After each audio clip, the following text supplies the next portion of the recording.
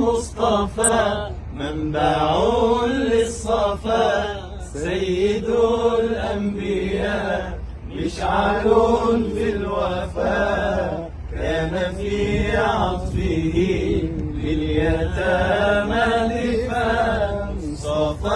مصطفى منبع للصفا، سيد الأنبياء مشعل في الوفاء، كان في عطفه لليتامى دفاع. حن قلبي له الله وشوقا إليه، معاه سأرجو سوى شربة من يديه. الصلاة عليه والسلام عليه، للسماء ارتقى